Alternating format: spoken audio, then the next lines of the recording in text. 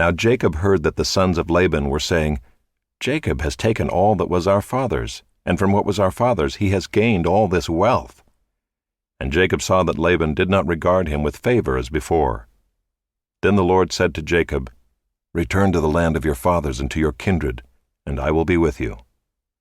So Jacob sent and called Rachel and Leah into the field where his flock was, and said to them, I see that your father does not regard me with favor as he did before, but the God of my father has been with me.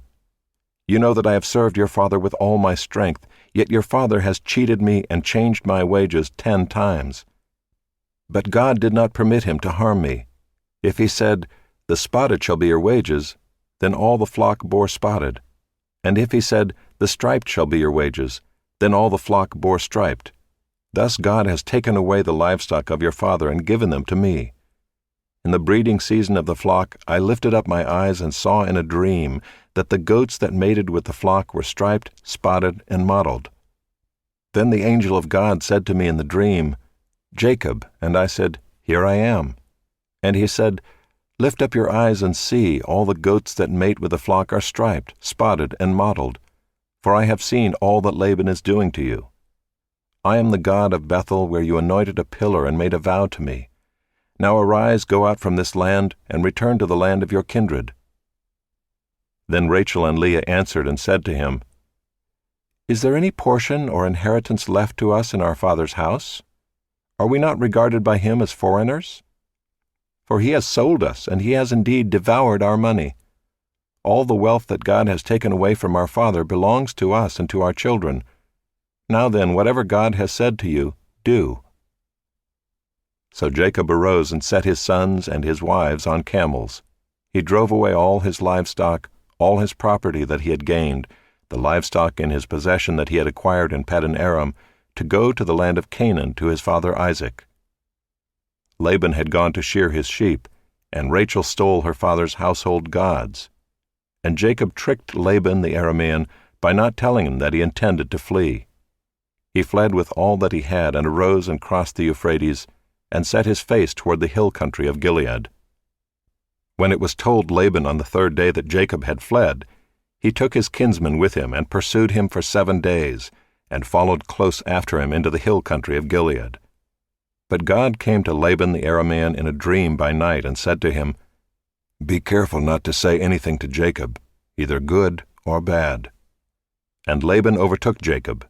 Now Jacob had pitched his tent in the hill country, and Laban with his kinsmen pitched tents in the hill country of Gilead.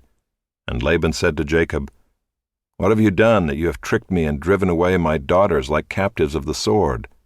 Why did you flee secretly and trick me and did not tell me, so that I might have sent you away with mirth and songs, with tambourine and lyre? And why did you not permit me to kiss my sons and my daughters farewell? Now you have done foolishly. It is in my power to do you harm.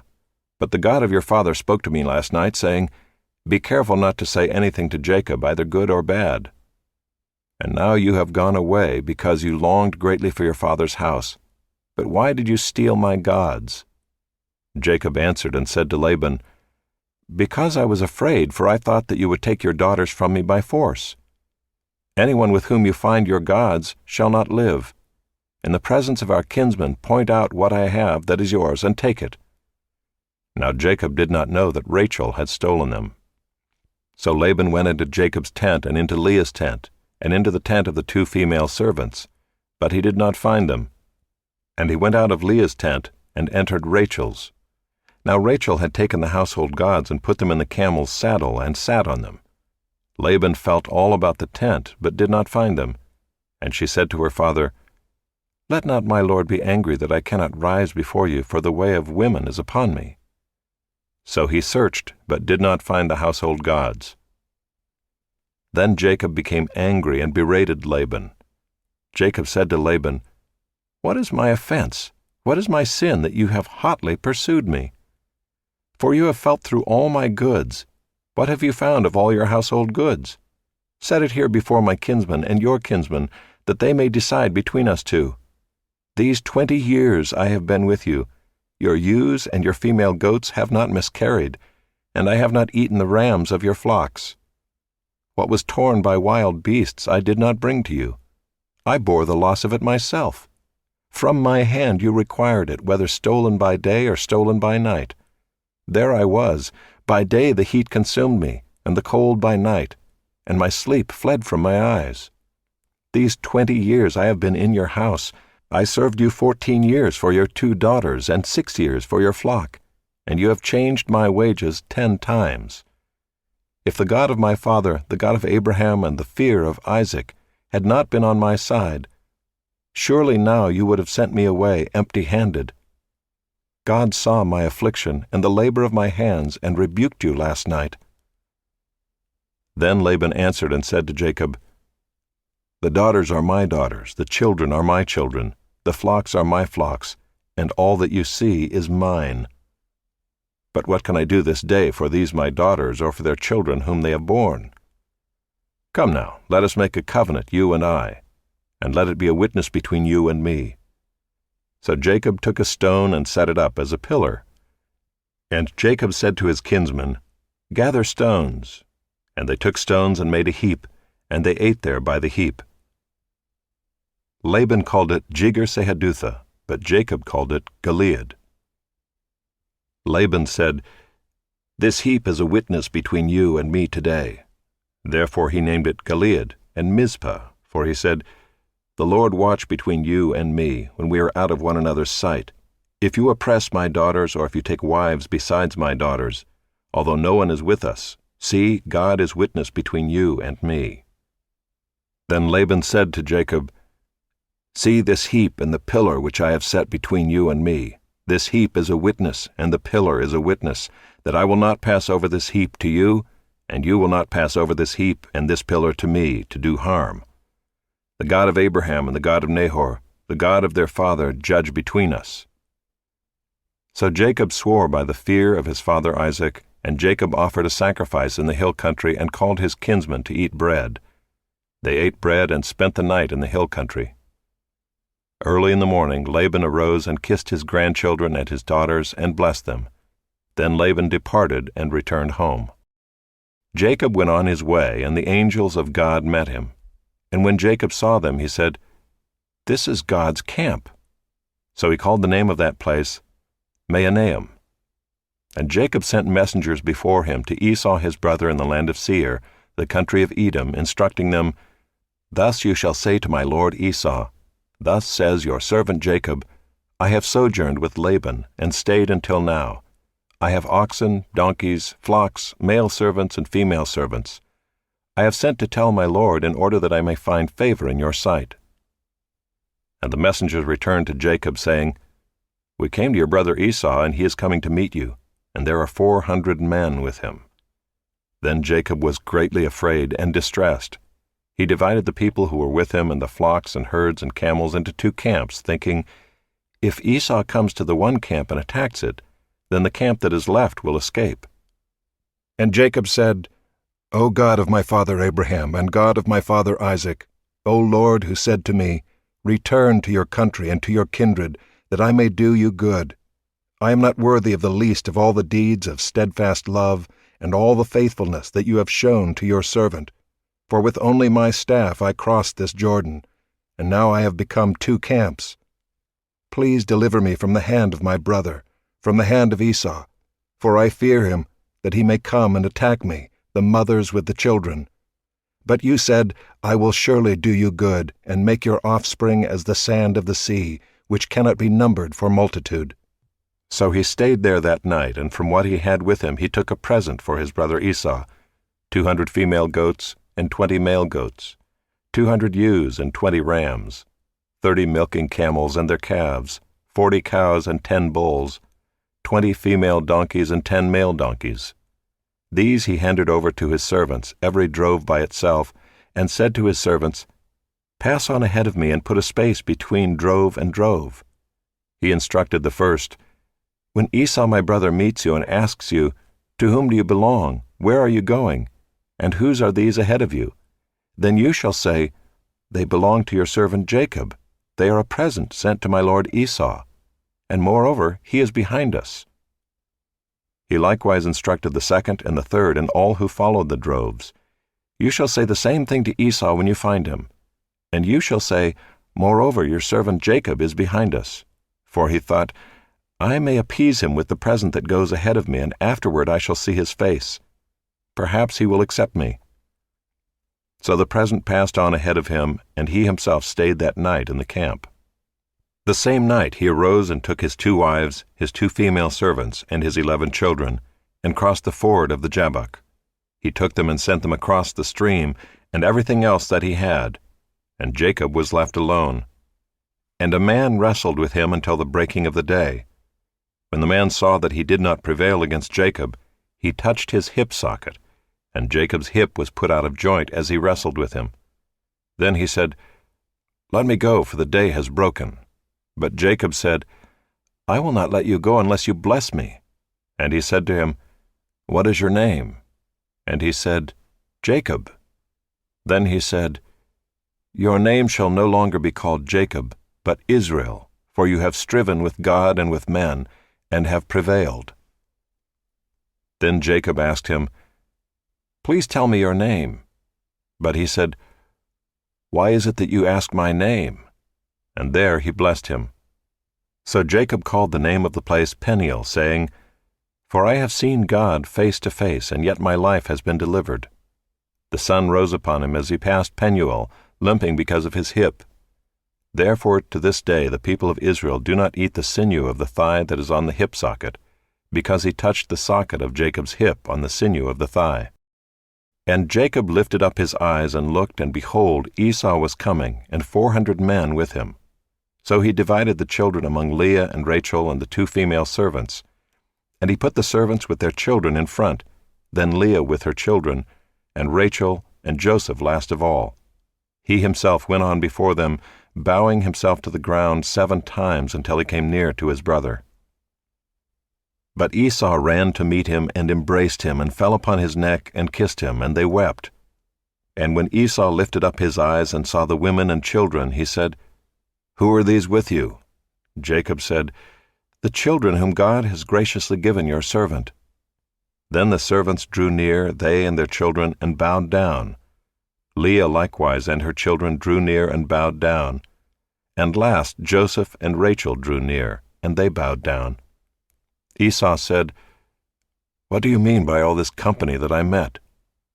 Jacob answered, To find favor in the sight of my Lord. But Esau said, I have enough, my brother, keep what you have for yourself. Jacob said, No, please, if I have found favor in your sight, then accept my present from my hand. For I have seen your face, which is like seeing the face of God, and you have accepted me. Please accept my blessing that is brought to you, because God has dealt graciously with me, and because I have enough. Thus he urged him, and he took it. Then Esau said, Let us journey on our way, and I will go ahead of you. But Jacob said to him, My Lord knows that the children are frail, and that the nursing flocks and herds are a care to me. If they are driven hard for one day, all the flocks will die. Let my Lord pass on ahead of his servant, and I will lead on slowly at the pace of the livestock that are ahead of me, and at the pace of the children, until I come to my Lord and Seir.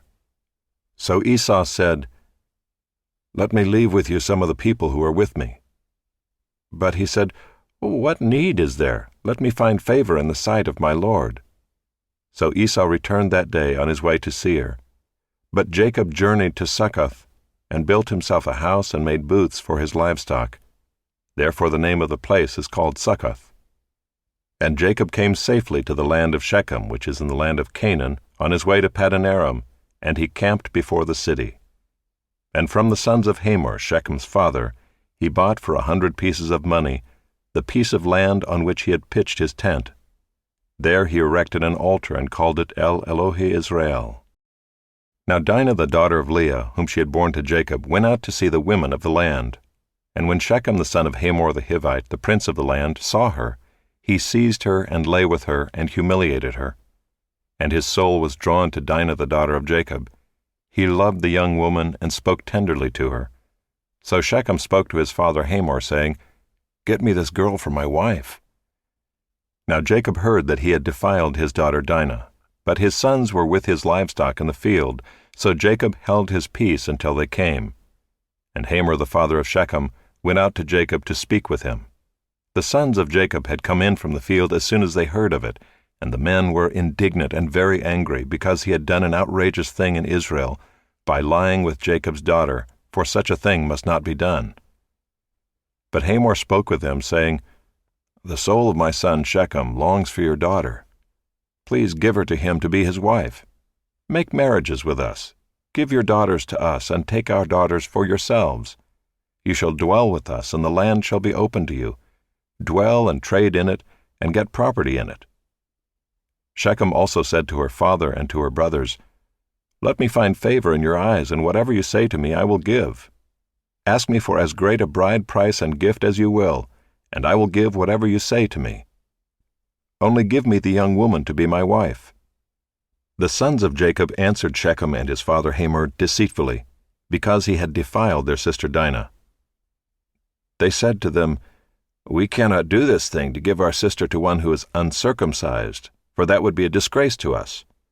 Only on this condition will we agree with you, that you will become as we are by every male among you being circumcised.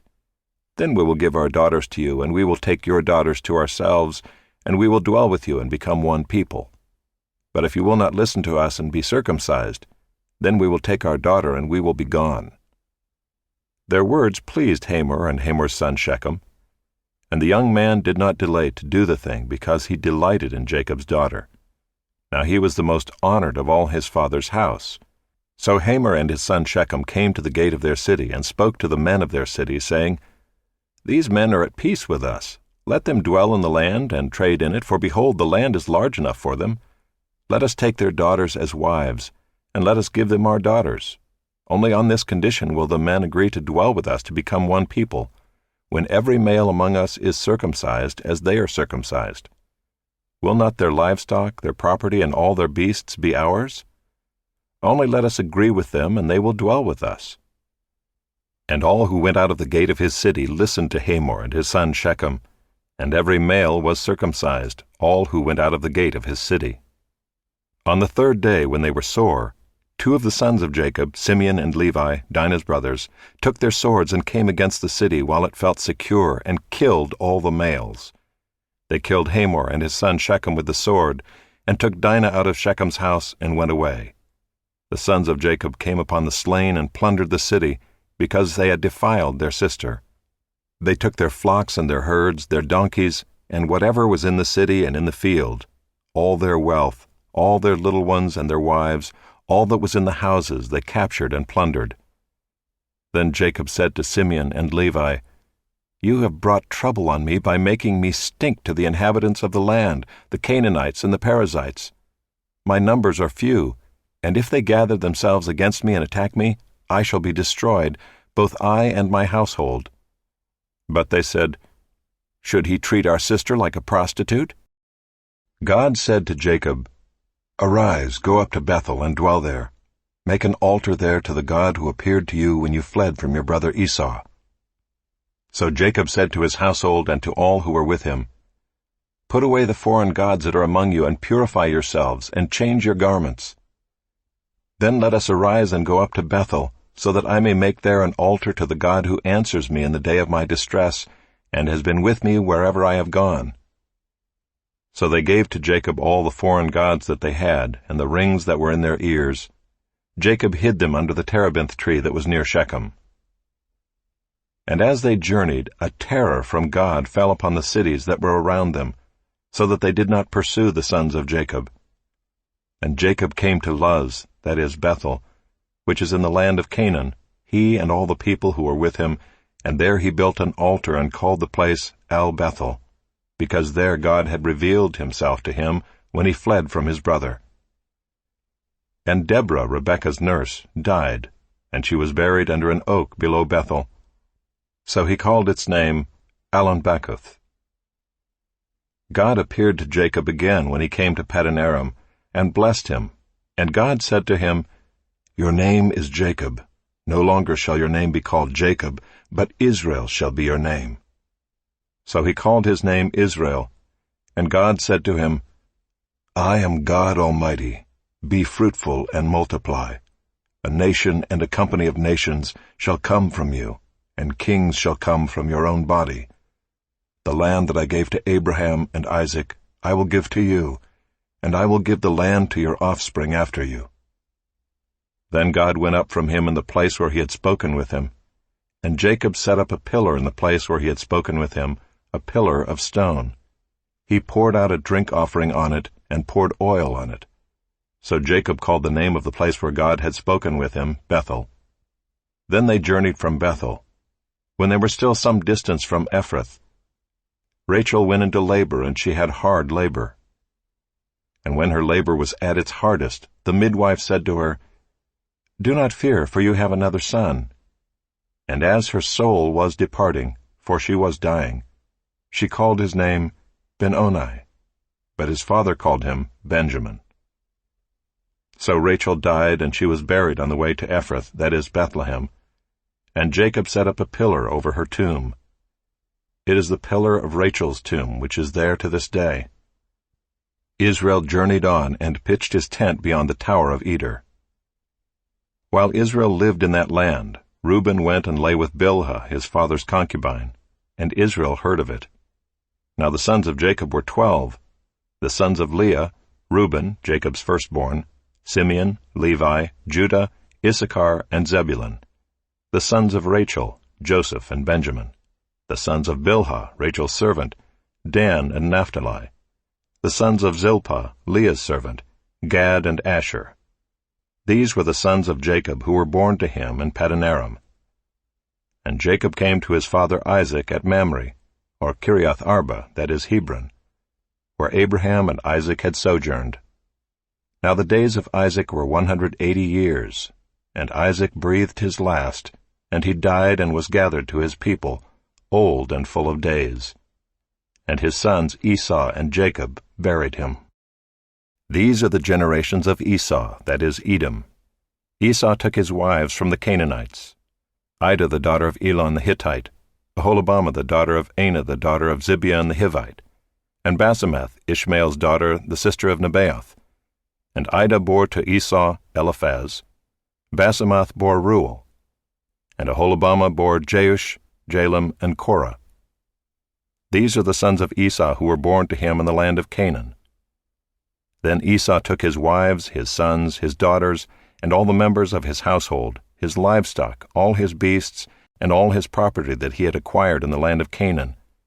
He went into a land away from his brother Jacob, for their possessions were too great for them to dwell together. The land of their sojournings could not support them because of their livestock. So Esau settled in the hill country of Seir. Esau is Edom. These are the generations of Esau, the father of the Edomites in the hill country of Seir.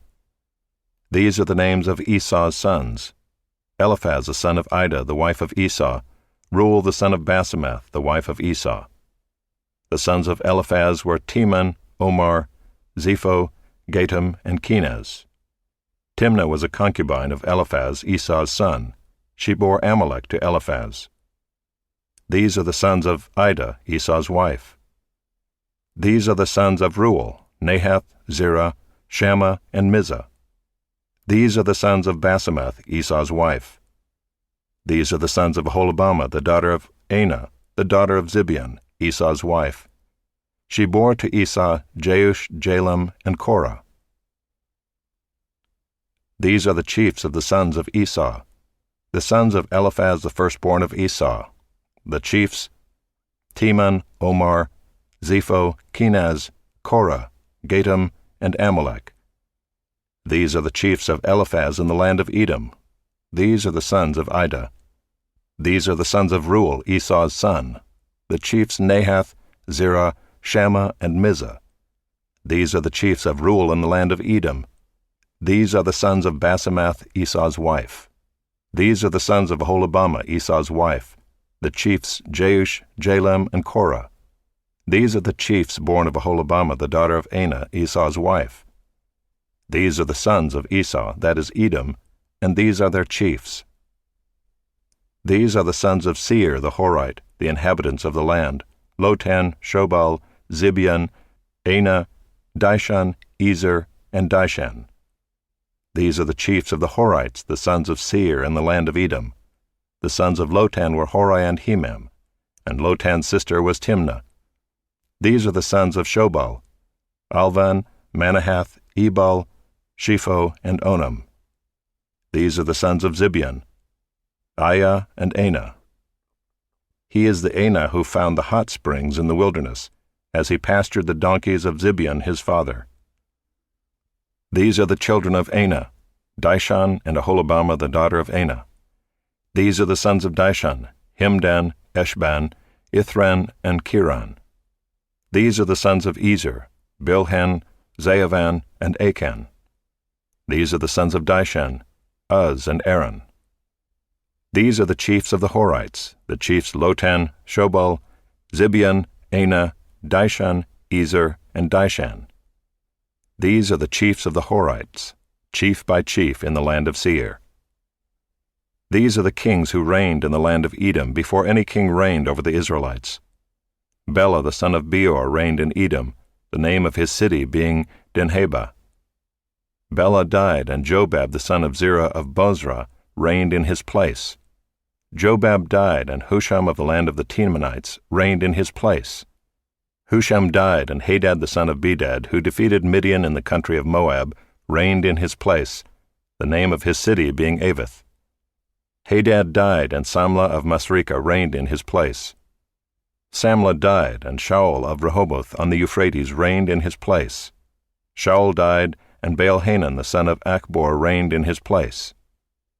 Baal-Hanan the son of Achbor died, and Hadar reigned in his place, the name of his city being Pau. His wife's name was Mehetabel, the daughter of Matred, daughter of Mezahab. These are the names of the chiefs of Esau according to their clans and their dwelling places by their names: the chiefs Timnah, Alva, Jetheth, Aholibamah, Elah, Pinon, Kenaz, Teman, Mibzar, Magdiel, and Iram. These are the chiefs of Edom, that is, Esau the father of Edom, according to their dwelling places in the land of their possession. Jacob lived in the land of his father's sojournings in the land of Canaan. These are the generations of Jacob. Joseph, being 17 years old, was pasturing the flock with his brothers. He was a boy with the sons of Bilhah and Zilpah, his father's wives, and Joseph brought a bad report of them to their father. Now Israel loved Joseph more than any other of his sons, because he was the son of his old age, and he made him a robe of many colors. But when his brothers saw that their father loved him more than all his brothers, they hated him and could not speak peacefully to him. Now Joseph had a dream, and when he told it to his brothers, they hated him even more. He said to them, "Hear this dream that I have dreamed. Behold, we were binding sheaves in the field, and behold, my sheaf arose and stood upright, and behold, your sheaves gathered around it and bowed down to my sheaf." His brothers said to him, "Are you indeed to reign over us? Or are you indeed to rule over us?" So they hated him even more for his dreams and for his words. Then he dreamed another dream and told it to his brothers and said, "Behold, I have dreamed another dream. Behold, the sun, the moon, and 11 stars were bowing down to me." But when he told it to his father and to his brothers, his father rebuked him and said to him, "What is this dream that you have dreamed? Shall I and your mother and your brothers indeed come to bow ourselves to the ground before you?" And his brothers were jealous of him, but his father kept the saying in mind. Now his brothers went to pasture their father's flock near Shechem, and Israel said to Joseph, "Are not your brothers pasturing the flock at Shechem? Come, I will send you to them." And he said to him, "Here I am." So he said to him, "Go now, see if it is well with your brothers and with the flock, and bring me word." So he sent him from the valley of Hebron, and he came to Shechem. And a man found him wandering in the fields, and the man asked him, "What are you seeking?"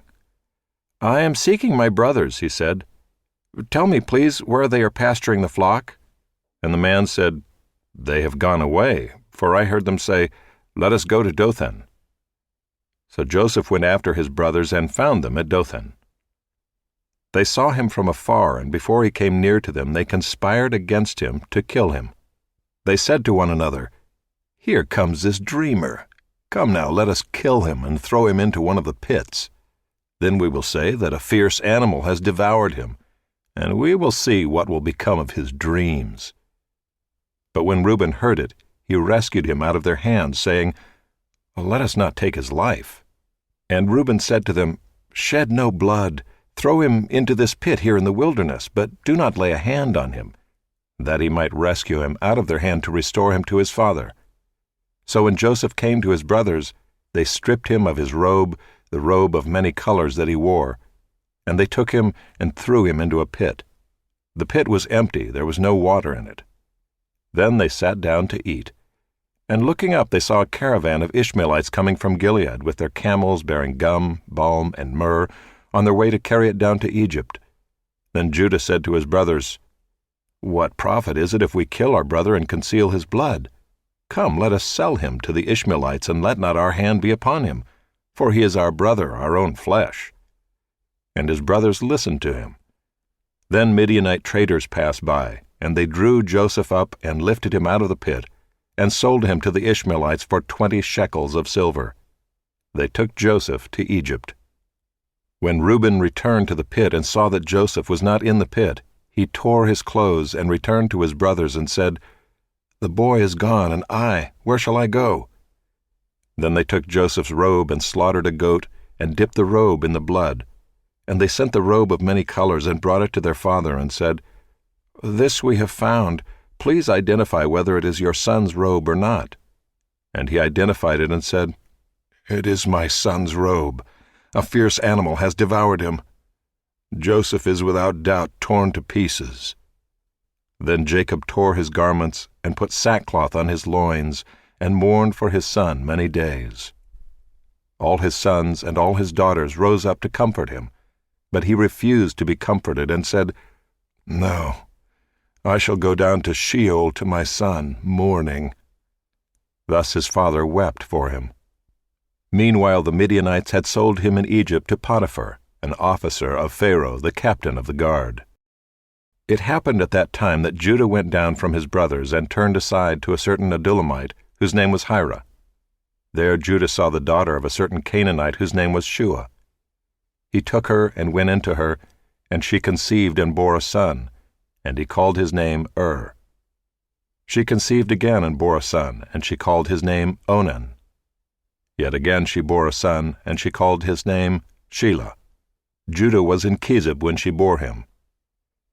And Judah took a wife for his firstborn, and her name was Tamar. But Judah's firstborn, was wicked in the sight of the Lord, and the Lord put him to death. Then Judah said to Onan, "Go into your brother's wife and perform the duty of a brother-in-law to her, and raise up offspring for your brother." But Onan knew that the offspring would not be his, so whenever he went into his brother's wife, he would waste the semen on the ground, so as not to give offspring to his brother. And what he did was wicked in the sight of the Lord, and he put him to death also. Then Judah said to Tamar his daughter-in-law, "Remain a widow in your father's house, till Shelah my son grows up," for he feared that he would die like his brothers. So Tamar went and remained in her father's house. In the course of time the wife of Judah, Shua's daughter, died. When Judah was comforted, he went up to Timnah to his sheep shearers, he and his friend Hira the Adulamite. And when Tamar was told, "Your father-in-law is going up to Timnah to shear his sheep," she took off her widow's garments and covered herself with a veil, wrapping herself up, and sat at the entrance to Enaim, which is on the road to Timnah. For she saw that Shelah was grown up, and she had not been given to him in marriage. When Judah saw her, he thought she was a prostitute, for she had covered her face. He turned to her at the roadside and said, "Come, let me come in to you," for he did not know that she was his daughter-in-law. She said, "What will you give me, that you may come in to me?" He answered, "I will send you a young goat from the flock." And she said, "If you give me a pledge until you send it." He said, "What pledge shall I give you?" She replied, "Your signet and your cord and your staff that is in your hand." So he gave them to her and went into her, and she conceived by him. Then she arose and went away, and taking off her veil she put on the garments of her widowhood. When Judah sent the young goat by his friend the Adulamite to take back the pledge from the woman's hand, he did not find her. And he asked the men of the place, "Where is the cult prostitute who was at Enaim at the roadside?" And they said, "No cult prostitute has been here." So he returned to Judah and said, "I have not found her." Also the men of the place said, "No cult prostitute has been here."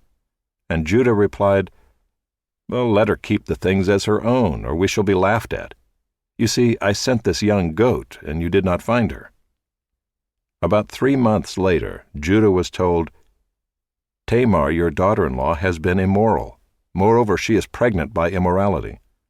And Judah said, "Bring her out and let her be burned."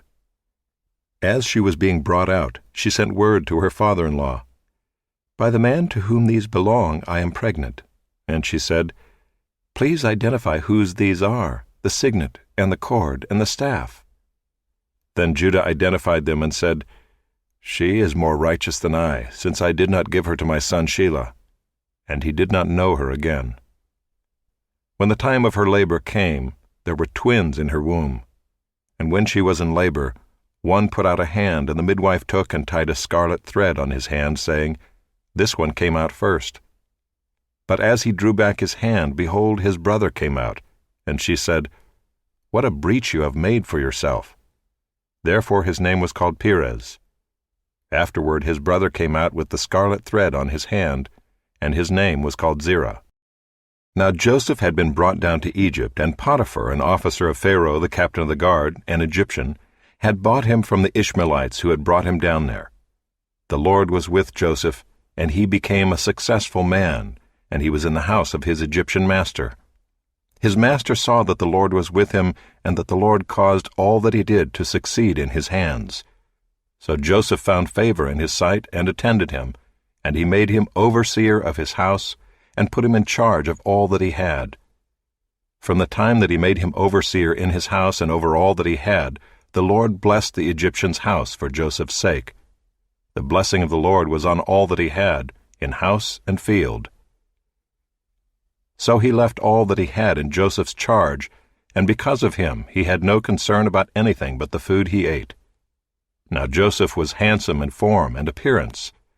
And after a time his master's wife cast her eyes on Joseph and said, "Lie with me." But he refused and said to his master's wife, "Behold, because of me my master has no concern about anything in the house, and he has put everything that he has in my charge. He is not greater in this house than I am, nor has he kept back anything from me except you, because you are his wife.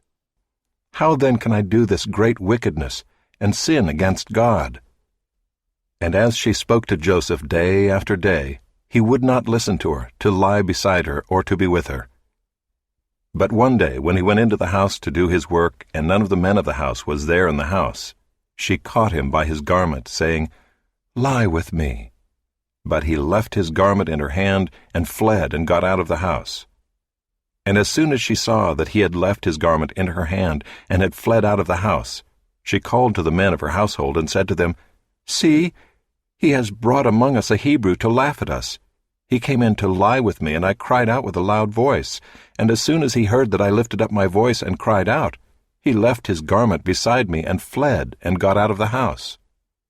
Then she laid up his garment by her until his master came home, and she told him the same story, saying, "The Hebrew servant whom you have brought among us came in to me to laugh at me.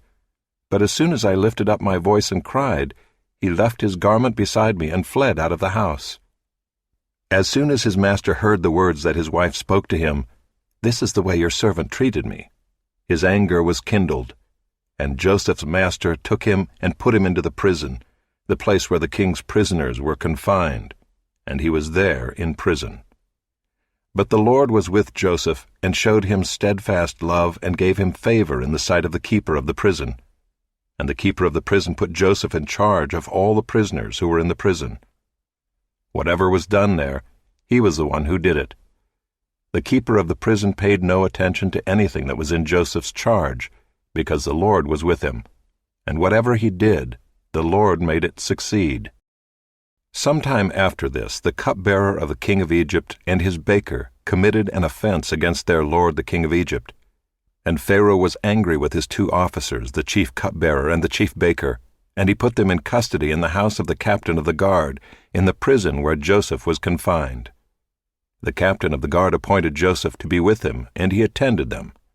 They continued for some time in custody. And one night they both dreamed, the cupbearer and the baker of the king of Egypt, who were confined in the prison, each his own dream, and each dream with its own interpretation. When Joseph came to them in the morning, he saw that they were troubled. So he asked Pharaoh's officers who were with him in custody in his master's house, "Why are your faces downcast today?" They said to him, "We have had dreams, and there is no one to interpret them." And Joseph said to them, "Do not interpretations belong to God? Please tell them to me."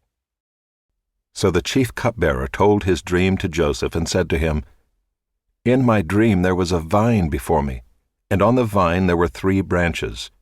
As soon as it budded, its blossoms shot forth, and the clusters ripened into grapes. Pharaoh's cup was in my hand, and I took the grapes and pressed them into Pharaoh's cup, and placed the cup in Pharaoh's hand."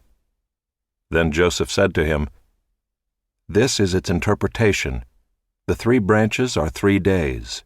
In 3 days Pharaoh will lift up your head and restore you to your office, and you shall place Pharaoh's cup in his hand as formerly, when you were his cupbearer. Only remember me when it is well with you, and please do me the kindness to mention me to Pharaoh, and so get me out of this house. For I was indeed stolen out of the land of the Hebrews, and here also I have done nothing that they should put me into the pit." When the chief baker saw that the interpretation was favorable, he said to Joseph, "I also had a dream. There were 3 cake baskets on my head, and in the uppermost basket there were all sorts of baked food for Pharaoh, but the birds were eating it out of the basket on my head." And Joseph answered and said, "This is its interpretation. The 3 baskets are 3 days. In 3 days Pharaoh will lift up your head from you and hang you on a tree, and the birds will eat the flesh from you." On the 3rd day, which was Pharaoh's birthday, he made a feast for all his servants, and lifted up the head of the chief cupbearer and the head of the chief baker among his servants. He restored the chief cupbearer to his position, and he placed the cup in Pharaoh's hand. But he hanged the chief baker as Joseph had interpreted to them. Yet the chief cupbearer did not remember Joseph, but forgot him.